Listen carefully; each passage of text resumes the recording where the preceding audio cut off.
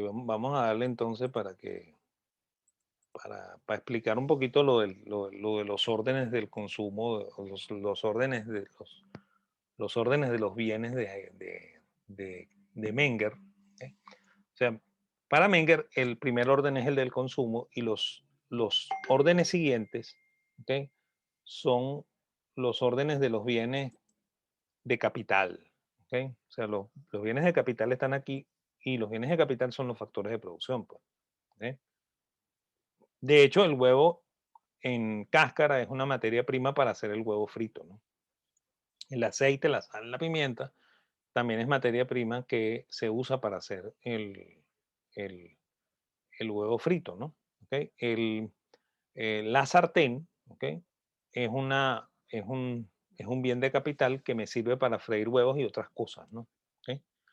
Y el sartén se daña en el momento en que ya no sirve, que ya después que lo lavo no lo puedo utilizar porque ya está rayado, ya está roto, oxidado. Entonces ahí lo boto. Botar el sartén es consumirlo, pues. Ahí lo destruyeron, pues. ¿Ok? Y la cocina igual, pues. O sea, la cocina mientras tanto pueda ser útil, ¿ok? Me sirve para hacer muchas cosas, ¿no? ¿Ok? Hasta que por fin la destruyo, ¿no? Cuando la destruyo me la consumí, pues la consumí. Por eso es que el concepto de consumo que se usa en macro no es no es el consumo austríaco ni es el consumo que aceptaría Juan Bautista C. ¿Ok? O sea, en macro ustedes ponen en consumo, por ejemplo, la compra de un carro. ¿Ok? Un carro, miren, mi carrito está chocado y feo, tiene casi 30 años, ¿ok? Y todavía anda y no pasa aceite, ¿ok? Entonces, eso es un bien de capital, ¿ok? O sea, que eso está por aquí, ¿ok? Estamos. O sea, yo tendría que gastar unos buenos reales para ponerlo bonito como toca, ¿ok? Pero yo lo que más cuido en ese carro es el motor, ¿no? Y de hecho el motor no pasa aceite, pues, ¿ok? Man, el bicho es una tremenda máquina, pues. Entonces, por eso no me lo he consumido, pues, ¿ok? Entonces, ese es el concepto de las, ¿cómo se llama? De la clasificación de bienes de Menger, que está implícito en la teoría de Mises y la de Hayek, ¿no? ¿Ok? De hecho, si estos son los bienes de capital y los factores de producción, entonces esos bienes están en el corto plazo limitados, ¿ok? O sea, son escasos en el corto plazo, ¿ok? Por lo cual yo no puedo incrementarlos, ¿ok? Entonces, cuando yo incremento el consumo, yo estoy forzando un incremento en los factores de producción que no es posible, ¿no? Entonces, eso hace que mientras se esté desarrollando el auge, los precios de los factores de producción crezcan más que el consumo, que los precios del consumo. Por eso que la distorsión yo no la siento, porque ambos están creciendo, ¿no? ¿Ok? Pero como yo estoy siguiendo un índice que lo que marca es el promedio, ¿ok? Yo no sé qué es lo que está pasando de verdad, verdad. ¿Ok? Entonces, resulta que ese crecimiento de los factores, de los precios de los factores de manera mayor que proporcional que los precios del consumo, ¿ok? Origina el que lentamente las inversiones equivocadas vayan saliendo del mercado. ¿Ok? O sea, de hecho, eso es lo que pasa en el ciclo, ¿no? Fíjense que en el ciclo el petróleo sube más que la gasolina. ¿Ok? El precio del petróleo se dispara de una manera impresionante. La gasolina sube, ¿ok? Pero no sube igual que sube el precio del petróleo, ¿no? ¿Ok? ¿Por qué? Porque la gasolina es un bien de consumo. ¿Ok? Esa sí me la como. ¿Ok? O sea, sí, cuando se la meto al carro y acelero, la destruyo. ¿Ok? Pero el petróleo, ¿ok? Es un bien de capital que se usa para producir esa gasolina, ¿no? Entonces, ese bien de capital crece más de precio que el precio de la gasolina. Entonces, esa distorsión hace que probablemente el precio de la gasolina y el precio de muchos bienes de consumo, no tanto el de la gasolina, pero sí los de los bienes que yo no debía haber empezado a producir y que empecé a producir por culpa de que el central bajó la tasa. Entonces, esos bienes generan pérdida, ¿ok? ¿ok? Porque sus costos de producción son mayores que su precio de venta. Entonces eso hace que el empresario decía, no, no, este proyecto se para, ¿ok? Si eso no pasa forzado por el aumento de los precios de los bienes de los medios de producción, ¿ok? El, va a ocurrir forzado, ¿ok? Porque las personas reasignan su estructura de consumo a lo que es estrictamente consumo de verdad, que es comida y papel toalé. ¿Ok? Y eso es lo que pasa en la recesión, pues. Entonces, cuando llegamos a ese extremo, ¿ok? Entonces las empresas que nunca debieron haber arrancado quiebran, ¿ok? Esas son las quiebras del, del ciclo en la visión austríaca, ¿ok? Y el resto de las empresas que sobreviven, tienen que soportar la caída, ¿ok? Y soportan la caída reduciendo personal, ¿ok? Reduciendo consumo de bienes, de factores de producción, ¿ok? Porque el consumo de su producción no se mantiene, ¿no? Entonces eso hace que los factores de producción vuelvan a caer de precio y caen de precio más que proporcional que el consumo, ¿ok? Por eso es que el precio de la gasolina se cae menos, ¿ok? Que lo que se cae el precio del petróleo, pues, ¿ok? Por eso es que un país como Venezuela sufre muchísimo los efectos de un ciclo, ¿ok? Porque lo que ocurre aquí, ¿ok? Es monstruosamente más grande que lo que ocurre aquí. Yo veo solamente lo que ocurre aquí porque yo soy un keynesiano y solamente mido el PIB y creo que el consumo es lo más importante, ¿ok? Si yo soy un austríaco, me doy cuenta de esto. ¿Ok? Y digo, coño, los que sufren de verdad son los tipos de la inversión. ¿Ok? Mira el precio del petróleo, pobrecita Venezuela, pana. ¿Ok? Y bueno, y cuando estamos en expansión, mira el precio del petróleo. Venezuela debe estar rica en este momento. ¿Ok? Entonces, es esa dicotomía en el comportamiento de precios no puede ser apreciada cuando uno usa el IPC o el deflactor implícito del PIB. ¿Ok? Esa es la crítica de Hayek y de Mises a los índices, pues que dicen, no, mira, no uses eso, porque eso no sirve, eso no te deja ver lo que está pasando. ¿Ok? Entonces, eh, el auge, ¿ok? Da subidas muy importantes en los factores de producción, que es lo que dijimos antes. Entonces, eso es lo que pone en peligro las inversiones equivocadas, las cuales colapsan primero por pérdida de ganancias y luego cuando el Banco Central decide que por un ambiente generalizado de inflación, que él mide solamente en el IPC, él tiene que aplicar política monetaria y ese elemento es lo que definitivamente saca las inversiones equivocadas del mercado. ¿Ok? Entonces, naturalmente la economía comienza una recesión, que es un periodo de acomodo de la fuerza productiva. ¿Ok? Y obviamente la salida de las inversiones es lo que ocasiona la crisis, ¿ok? Y no la caída en el consumo. El consumo se mantiene casi inalterable, pues. Por eso es que uno cuando invierte, ¿ok? Sabe que cuando va a empezar la recesión es bueno comprar, por ejemplo, la acción de un supermercado, ¿ok? La acción de una compañía que produce bienes de consumo. Por ejemplo, yo compraría Polar, ¿ok? Si Polar estuviera en la bolsa, ¿ok? Cuando empieza la recesión, y no compraría, por ejemplo, EPA, ¿no? ¿Ok? Porque EPA produce ferretería, ¿ok? Y la gente en la recesión no pinta la casa, no arregla la poceta, ¿ok? Lo hace en extremo, ¿ok? Pero no lo hace de buena gana, ¿ok? Entonces, ese consumo, ¿ok? Que es en bienes durables, ¿ok? Es el que se cae en la recesión, ¿ok? Consumo en el término keynesiano, porque eso es consumo de los factores de los bienes de orden superior, pues, ¿ok? No es consumo del orden, del primer orden, pues, que es comida y papel toalé, pues, ¿ok? Entonces, el desempleo y los cierres de empresas llevan a la economía a un redimensionamiento y la economía se prepara para una nueva recuperación, que es lo que le dijo Pigou a Keynes, ¿ok? Pero solo ocurre cuando ese reacomodo se ejecuta, ¿no? O sea, ustedes no pueden forzar la recuperación. Lo que pensó Bernanke de que yo bajo las tasas de interés y esto sigue, ¿ok? Eso es imposible, pues, porque ya la estructura de producción está deteriorada, pues. Entonces, la única manera de resolverse es que ocurra una recesión. Entonces, la recesión no es un fenómeno malo. La recesión es un fenómeno irremediable una vez que el central se metió en el lío de bajar la tasa. ¿Ok? por eso es que tampoco el efecto de la recesión, que es la deflación, es mala. ¿Ok?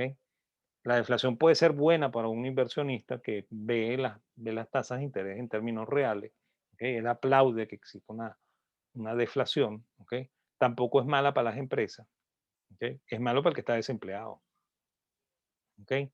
Entonces, dependiendo de lo que se haga al final, la economía puede generar un nuevo ciclo o no. ¿Ok? De acuerdo a los austríacos, eh, si de nuevo se hace una reducción compulsiva de la tasa de interés, va a ocurrir un nuevo ciclo. ¿Ok? Y por eso es que Mises dice que no importa lo que tú hagas al final, si tú bajaste las tasas al principio, estamos fritos, ¿no? Entonces, bueno, yo le metí a la teoría del ciclo las curvas de rendimiento. ¿Ok? Es más, eso lo hice en el libro ese mío de finanzas que publicaba la Católica y que ahorita lo están publicando en forma virtual, ¿no? Entonces, normalmente en la etapa expansiva del ciclo se presentan curvas de rendimiento positivas. Normalmente en la etapa final de la recuperación y en el auge se presentan curvas de rendimiento plana y normalmente en la crisis, ¿ok? Y durante la recesión se presentan curvas de rendimiento dependiente negativa. Entonces, más o menos este es el comportamiento, ¿no?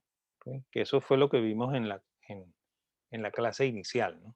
Entonces, la curva de rendimiento es un instrumento que se arma colocando aquí las tasas de rendimiento y aquí la duración, ¿no? Que nosotros vamos a explicar bien cuando veamos mercado de renta fija. Duración no es maduración, ¿no? Duración es el periodo de recuperación de la inversión, que eso lo vamos a explicar. Entonces, eso, en el fondo de recesión, el central baja la tasa y presiona por una curva de rendimientos dependiente positiva, ¿no? Normalmente se da, ¿no? Pero si el central no actúa, esta tasa no es la tasa fijada por el central, sino sería una tasa fijada por el mercado. Los austríacos creen, ¿ok?, que si la tasa se la dejamos al mercado, probablemente se acerca a la tasa natural de interés y entonces por esa razón es por la que este periodo de expansión va a tardar muchísimo tiempo, ¿ok? Y probablemente la recesión es menor, ¿ok? Eso es lo que creen los austríacos, ¿ok? Y bueno, y eso es lo que venía ocurriendo, pues. Históricamente eso es lo que ocurría en la Edad Media, en la Edad Moderna, ¿ok? Antes de que fuese masiva la existencia de bancos centrales, ¿no? En la medida en la que la recuperación se está dando, ¿ok? Los banqueros van sintiendo, ellos son los primeros que sienten que hay recuperación económica, porque ellos son los primeros que sienten que vienen los clientes del crédito a pedir dinero prestado, ¿no? Entonces ellos van subiendo la tasa de corto plazo, que es su tasa, ¿ok? Y van aplanando la curva, ¿ok? Entonces esto es un comportamiento que es típico del mercado, cuando el mercado se empieza a dar cuenta de que el financiamiento se está dando por la vía del crédito, ¿ok? Cuando se genera esto, estamos en instantes en los cuales, bueno, aquí durante todo el crecimiento hay crecimiento de precio, pero aquí se acentúa el crecimiento de precio, ¿ok? Aquí ya el consumo sube de precio tanto como suben los factores de producción. Bueno, no tanto, ¿no? Pero se sube de manera casi tan fuerte como suben los factores de producción. Entonces, eso es lo que el central identifica como inflación y el central entra a hacer política monetaria. Y entonces ahí es donde se presenta la crisis, ¿ok? Porque normalmente si un banco tiene muchos créditos en ese momento, entonces en los créditos pueden pasar tres cosas, ¿no? ¿Ok? Eh, Va a haber algunas personas que tienen caja, ¿ok? Y liquidan el crédito y resuelven su lío, ¿no? Entonces se libran de las tasas altas de interés, ¿ok? O sea, se libran del riesgo de crédito generado por la tasa de interés, del riesgo de financiamiento generado por la tasa de interés. Y, y hay otras personas que no pueden hacer eso, pues, ¿ok? Sin embargo, esas personas tienen cierta responsabilidad, van donde el banquero y le dicen, mira, yo no te puedo pagar con estas condiciones, ¿ok? Vamos a renegociar el préstamo, ¿no? Entonces, bueno, el banquero ahí se ve obligado a refinanciar, ¿ok? No le gusta mucho la idea de refinanciar, pero lo hace, ¿ok? Y refinanciar tiene condiciones, ¿no? Y las condiciones son que el dueño del negocio no se puede pagar dividendos, ¿ok? El banco va a supervisar mucho más efectivamente el negocio, ¿ok? Y probablemente el banco va a poner a alguien a trabajar en ese negocio para regular al empresario, porque ya no confía plenamente en el empresario, ¿ok? Y hay un tercer grupo de personas que deciden no pagar, ¿ok? Si el banco se enfrenta a un grupo masivo de gente que decide no pagar el crédito, ¿ok? O a un grupo masivo de gente que reestructura, ¿ok? Entonces el banco va a tener problemas de liquidez, ¿ok? Y probablemente quiebra, ¿ok? Entonces aquí es donde se genera la quiebra, ¿ok? Aquí es donde se generan las crisis bancarias, ¿ok? Y las crisis bursátiles, ¿no? Por eso es que esto se llama crisis. No se generan aquí, ni se generan aquí, ni se generan aquí, se generan aquí. Este es el punto más difícil de todo el crecimiento, ¿ok? Cuando cambia la tendencia. Y bueno, si los bancos sobreviven y las empresas sobreviven, bueno, viven la recesión, la depresión y después una futura recuperación, ¿no? Y lo que dicen los austríacos es que si otra vez el central hace esto, a usted no le va a quedar más remedio que vivir esto, ¿ok? Y creo que la crisis del 2008 lo demuestra, ¿ok? Ojo que los keynesianos hoy dicen que la crisis del 2008 es producto de que los bancos no estaban siendo regulados y el mercado estaba dejado a su libre albedrío. Eso es falso, ¿ok? Nunca los mercados han estado más regulados que en este momento, ¿ok? Nunca estuvieron más regulados que en el 2008, ¿ok? Por lo cual es falso que esto sea producto de la CFR, ¿ok? Cada vez que ocurre una cosa de esta le echan la culpa a la CFR porque nadie quiere volver a la CFR. La CFR no existe, ¿ok? No existe en Estados Unidos, no existe aquí. Entonces, bueno, la correspondencia de eso en inversión, que es lo que nos interesa a nosotros, porque nosotros estamos estudiando finanzas, es que cuando yo tengo una curva de rendimiento plana, me conviene comprar acciones. ¿Ok? Cuando tengo una curva de rendimiento dependiente plana, me conviene comprar bonos de largo plazo. Y cuando yo tengo una curva de rendimiento dependiente negativo, lo que me conviene es comprar bonos de corto plazo. ¿Ok? Y eso sí lo explicamos en la clase del primer día. ¿Ok? Y bueno, y si yo no puedo comprar bonos, ¿ok? Si yo no puedo comprar bonos, si mi cartera obligatoriamente es una cartera de renta variable, entonces, bueno, yo aquí en esta etapa compro bienes de capital y bienes de consumo. ¿Ok? Y aquí solamente compro bienes de consumo. O sea que aquí en el interín, cuando yo estoy viendo que la curva se me va aplanando, yo me voy deslastrando de inversiones en bienes de capital, ¿ok? Y me desplazo hacia inversiones en consumo, ¿no? O sea, pónganle ustedes, supónganse ustedes que tengo una cartera así de pura renta fija, pura renta variable, entonces aquí tengo Home Depot, tengo Walmart, ¿ok? Tengo Target, ¿ok? Tengo eh, ¿qué les digo? Budweiser, ¿ok? Tengo Microsoft, ¿ok? Tengo Apple, ¿ok? Tengo Tesla, ¿ok? Y entonces, en este momento, cuando yo veo que la curva se me va aplanando, bueno, yo salgo de Tesla, salgo de Microsoft, salgo de Home Depot, ¿ok? Y me concentro, ¿ok? En empresas del consumo, ¿no? Me concentro en Budweiser, me concentro en Walmart, me concentro en Target, ¿ok? Y cuando llegamos aquí, eso me afecta menos, ¿ok? Mis precios se caen menos que si tuviera, por ejemplo, Microsoft, Apple, Tesla y toda esa cosa, ¿ok? Porque lo que se cae más aquí son los bienes de capital y no los bienes de consumo, ¿ok? Entonces, si yo tengo una cartera de pura renta fija, lo que hago es eso, pues. Si yo tengo una cartera mixta, hago esto, ¿ok? Depende de lo que yo esté manejando, pues, ¿ok? Bueno, ahorita sí, con eso terminamos, ¿ok? Yo en un ratico le mando los videos a Gwen, ¿ok? Y le mando la presentación esta y bueno, y el martes que viene veremos mercados monetarios, ¿ok? Entonces, gracias por estar aquí, ¿ok? Que les vaya muy bien, ¿ok? Este, y, y bueno, y cualquier cosa estamos pendientes para responder dudas, ¿no? Hoy voy a tratar de empezar a poner las cosas en el sitio del aula virtual entre mañana y el fin de semana, ¿no? También yo tengo que entender cómo funciona eso del aula virtual, ¿no? Yo estuve metiéndome para ver cómo era y todavía no logro entender la lógica de la página, ¿no? ¿Ok? Cuando lo entienda, empiezo a meter las cosas. Por eso que le estoy pidiendo el chance de que hoy probablemente en la tarde, después de la clase que tengo con los alumnos de la Escuela de Economía de la Católica, me meto ahí a ver qué curioseo y qué consigo, a ver qué es lo que le voy a empezar a meter a eso. ¿Ok? Si ustedes tienen datos, me los mandan y con gusto yo aprendo de los datos que ustedes me den. ¿Ok? Excelente, profe. Bueno, ok, bueno, que les vaya muy bien. Gracias, profe. Muchas gracias, profesor. No, Gracias, profe. gracias a ustedes por estar aquí, ¿ok? Y gracias por ayudarme también, ¿ok? Que les vaya bonito, pues, ¿ok? La orden, profe. Bueno, Igualmente, profesor, que le vaya muy Hasta bien. luego, profesor. Muchas gracias. eso es, pues. Nos vemos, Rosibel, gracias. Hasta luego, profe. Chao, José Gabriel, que te vaya muy bien. Chao, profe. Ok, nos vemos, don Daniel.